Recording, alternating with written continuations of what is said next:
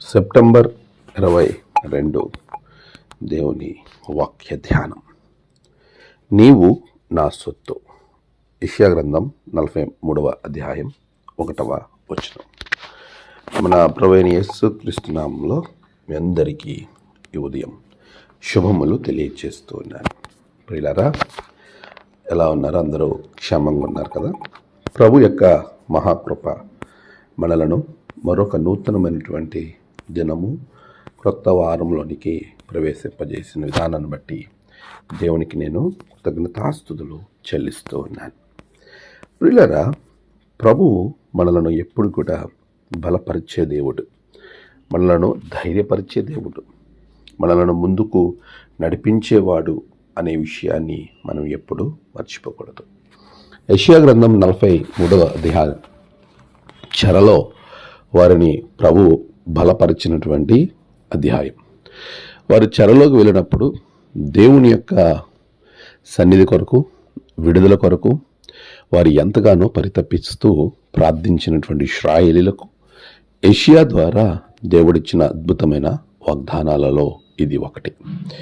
ఈ వాగ్దానం పూర్తిగా మనం గనక గమనిస్తే, యాకోబు, నిన్ను సృజించిన వాడగు యెహోవా ఇశ్రాయేలు, నిన్ను నిర్మించినవాడు ఇలాగూ సెలవిచ్చున్నాడు, నేను నిన్ను విమోచించుచున్నాను, భయపడకుము అని చెప్తాడు. అంటే వారు విడుదల కొరకు ఎదురు చూస్తున్నటువంటి సందర్భం. భయము అనేది వారిని కలిచివేస్తూ ఉంది. ఎన్నో దినాలుగా వారు చెరలో ఉండి ఆ చెర నుండి బయటకు వచ్చి మరలా చెరలోకి వెళ్ళిన సందర్భంలో వారి జీవితం ఎంతో భయంతో నలిగిపోతుంది. ప్రియులారా, ఈరోజు నీ జీవితంలో శ్రమ వెంబడి శ్రమ వచ్చిందని భయపడుతున్నావా? కష్టం వెంబడి కష్టం వచ్చిందని దిగులు చెందుతున్నావా? ఇప్పుడే ఒక కష్టం తీరింది అనుకునే లోపల మరొక కష్టం వచ్చి నీ మీద పడిందా? ఏమీ భయపడకు. ఆయన నిన్ను పేరు పెట్టి పిలిచాడు, నిన్ను విమోచిస్తాడు. నీవు ఆయన సొత్తు. మనము ఆయన సొత్తుగా ఉన్నాం. దేవుని సొత్తుగా ఉన్నటువంటి వారు భయపడవలసిన అవసరత ఏమీ లేదు.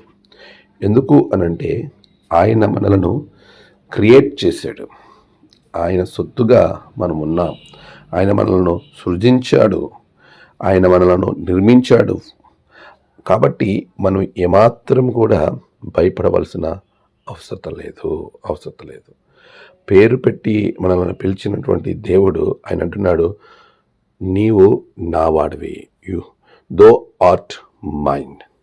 నీవు నా వాడివి, నాకు సంబంధించినటువంటి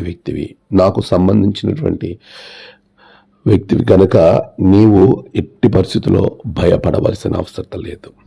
ఈరోజు చూడండి, మనము ఎవరైనా మనకి బలమైనటువంటి వారు మనతో ఉన్నప్పుడు మనం ఏ విధంగా భయపడకుండా ఉంటాం? ఆయన అంటున్నాడు, నేను నిన్ను క్రియేట్ చేశాను, నిన్ను ఫామ్ చేశాను, నేను నిన్ను విడుదల నీకు రెడీమ్ చేస్తాను, నిన్ను విమోచిస్తాను. అలాంటప్పుడు నీవు నా సొత్తుగా ఉన్నావు కాబట్టి నువ్వు భయపడద్దు. ఆయన మనకు సంబంధించిన వాడు. మనకు వచ్చిన ప్రతి దానిని మన పక్షా నుండి ఆయన నెరవేరుస్తాడు, నడిపిస్తాడు. కనుక భయపడద్దు. ప్రభు నీతో ఉన్నాడు. ప్రతి సమస్యను తొలగించబోతా ఉన్నాడు. ఈరోజు దేవుని సన్నిధిలో ప్రార్థించు. ఆయన నిన్ను ఖచ్చితంగా మంచి మార్గం వైపు నడిపిస్తాడు. ఆమేన్. ప్రార్థన. సర్వశక్తిమంతుడా, గొప్ప దేవా, నీకు వందనాలు. నీ బిడ్డలు దేని కొరకు భయపడుతున్నారో, దేని కొరకు ఆలోచిస్తున్నారో వాటిని ప్రభువా వారిలో నుండి తీసివేసి వారిని విమోచించండి. నీవు నా సొత్తు అని పలికిన దేవా, బిడ్డలను బలపరచండి. నేడు ప్రయాణాలు, పనులు, తలపెట్టిన కార్యాల్లో గొప్ప జయము బిడ్డలకు దయచేయండి. నేడు జన్మదినము, వివాహదినము, ఆయా విశేష దినములు జరుపుకుంటున్న బిడ్డలను బహుగా దీవించండి. తమ ప్రియులను కోల్పోయిన వారి కుటుంబాలకి నెమ్మది, ఆదరణ అనుగ్రహించండి. దినదీవులతో నింపమని క్రీస్తు పేరట అడిగి వేడుకొంచున్నాం తండ్రి. ఆమేన్. తండ్రి, కుమార, పరిశుద్ధాత్మ త్రియేక దేవుని దీవెన మీకు తోడై నడిపించునుగాక. ఆమేన్.